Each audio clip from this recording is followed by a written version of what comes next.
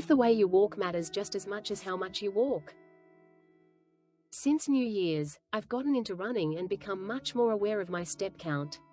And that's something most people focus on: getting in your 10,000 steps, 8,000 steps, or 5,000 steps.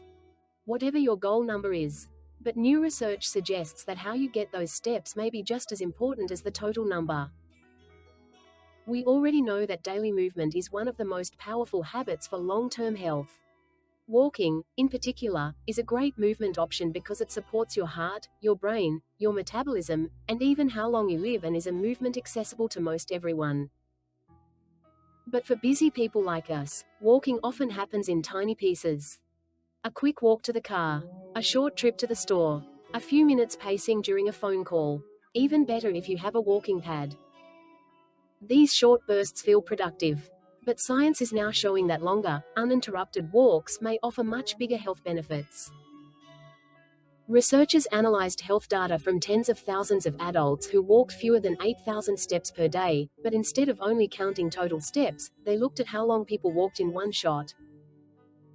Participants were grouped based on whether they usually walked in sessions that were less than 5 minutes, 5 to 10 minutes, 10 to 15 minutes, or 15 minutes or longer. Then researchers followed their health outcomes for nearly 10 years, tracking things like overall death rates and heart disease.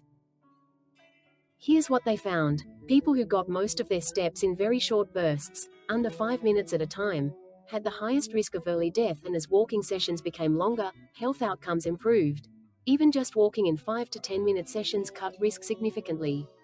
Walking 10 minutes or more was even better. And the biggest benefits were seen in people who regularly walked for 15 minutes or longer without stopping.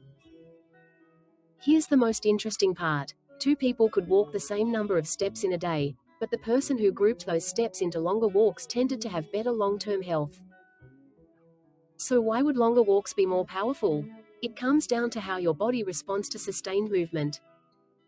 When you walk continuously, your heart rate stays elevated for longer. Your blood vessels adapt. Your body improves how it handles blood sugar and fat. Your cardiovascular system gets time to fully engage. Short, stop and start movement still counts, but it may not last long enough to trigger those deeper metabolic and heart health benefits, especially if it's under 5 minutes. Don't just throw your short walks to the wall. This does not mean short walks are useless, because at the end of the day, any movement is always better than no movement. But if most of your daily steps come from random, scattered movement, aiming for at least one intentional walk per day that lasts 15 minutes or more can be a huge game changer. This is a healthy and sustainable habit to have because it doesn't need to be intense. A brisk but comfortable pace is enough. You should be able to talk, but feel your heart rate gently increase. Even small increases in walking speed, just slightly quicker than your normal pace, have been shown to improve stamina and physical performance over time.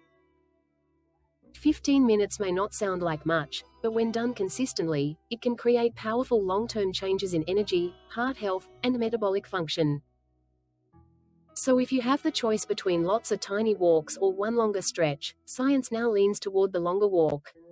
Of course, all movement matters. But if you can carve out just 15 uninterrupted minutes a day, your body is far more likely to reward you. Work smarter, not harder, right?